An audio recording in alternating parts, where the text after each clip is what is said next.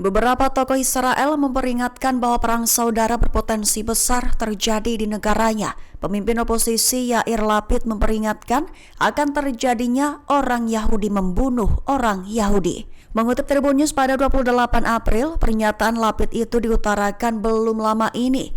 Ia memperingatkan tentang terjadinya potensi pembunuhan politik di dalam Israel, menyatakan bahwa tingkat hasutan dan kegilaan belum pernah terjadi sebelumnya akan terjadi di Israel. Memperingatkan akan ada pembunuhan politik di mana orang Yahudi akan membunuh orang Yahudi sendiri. Sementara itu, jurnalis Israel Uzi Bara menyatakan bahwa ada pertempuran untuk merebut jiwa Israel. Bahkan mantan Perdana Menteri Ehud Olmert mengeluarkan peringatan yang lebih serius. Ia memperingatkan bahwa Perdana Menteri Israel Benjamin Netanyahu sedang membawa Israel ke titik yang tidak bisa kembali. Serangan udara yang diklaim hebat kembali terjadi di jalur Gaza. Gelombang serangan udara itu dilaporkan telah mengakibatkan sekira 50 warga Palestina tewas. Mengutip Al-Mayadin pada 28 April, hal itu dilaporkan oleh koresponden Al-Mayadin pada Senin 28 April waktu setempat. Dilaporkan bahwa pasukan Israel telah melancarkan serangan hebat di jalur Gaza pada Senin Fajar yang mengakibatkan sekira 50 korban jiwa. Artileri Israel menembaki wilayah utara Camp Nuseirat di Gaza bagian tengah, sementara pasukan darat melepaskan tembakan ke wilayah timur kota Gaza. Sebuah helikopter Apache Israel juga dilaporkan menembaki wilayah timur kota tersebut. Serangan itu diklaim telah menandai eskalasi baru dalam genosida yang sedang berlangsung, di mana dengan kawasan pemukiman dan ruang publik sekali lagi sangat terpengaruh oleh serangan Israel yang membabi buta.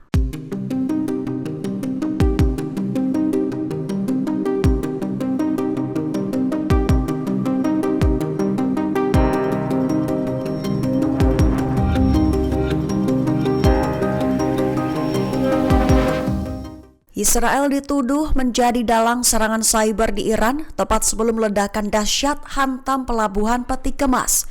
Mengutip Al Arabiya pada 28 April, tuduhan itu diutarakan oleh Iran dengan tanpa disebutkan siapa sosoknya. Bukan tanpa alasan, Iran menuduh musuh bebuyutannya tersebut, mengingat Perdana Menteri Israel Benjamin Netanyahu mengatakan pada Minggu 27 April bahwa infrastruktur nuklir Iran harus dibongkar sepenuhnya. Namun klaim terbaru dari Kepala Perusahaan Komunikasi Infrastruktur bernama Behzad Akbari, Iran menyatakan bahwa berhasil menangkis serangan cyber besar-besaran tersebut.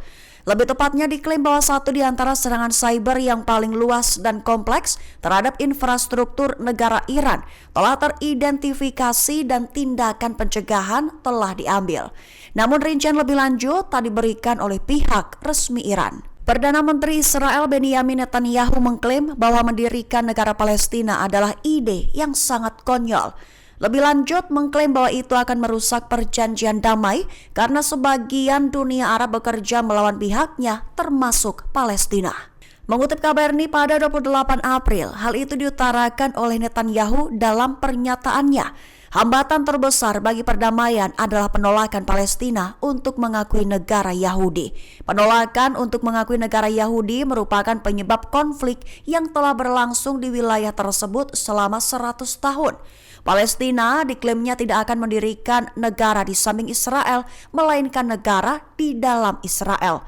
Perjanjian normalisasi diklaim Netanyahu justru ditanggapi dengan upaya Iran untuk mengubah dunia Arab dan berbalik melawan Israel. Iran disebutnya telah berkomitmen menghancurkan Israel karena mencegahnya mengendalikan Timur Tengah. Netanyahu menekankan bahwa pihaknya sedang berusaha menyelamatkan para sandera yang tersisa dan jasad korban tewas dari Gaza. Iran mengklaim bahwa Amerika Serikat ikut bertanggung jawab atas genosida Israel di jalur Gaza, mengecam sebagai kejahatan yang belum pernah terjadi sebelumnya dalam sejarah umat manusia. Mengutip Tasnim pada 28 April, hal itu diutarakan oleh Menteri Luar Negeri Iran Abbas Araghchi pada Minggu 27 April 2025. Dalam percakapan dengan mitranya dari Mesir, Badar Abdelati, ia menggambarkan blokade berkelanjutan terhadap pengiriman makanan dan obat-obatan ke Gaza dikombinasikan dengan pembantaian warga sipil yang tidak bersalah sebagai kejahatan yang belum pernah terjadi sebelumnya dalam sejarah umat manusia. Harakchi menganggap bahwa Amerika Serikat dan pendukung rezim Zionis lainnya bertanggung jawab atas keterlibatan dalam kejahatan genosida dan perang Israel, menekankan kebutuhan mendesak untuk melawan kebijakan rezim Zionis yang melakukan pemindahan paksa orang-orang di Gaza dan tepi barat. Harakchi menggambarkan ketidakpedulian masyarakat global terhadap kekejaman tersebut sebagai sesuatu yang mencengangkan dan mengkhawatirkan. Download Tribun X sekarang, menghadirkan lokal menjadi Indonesia.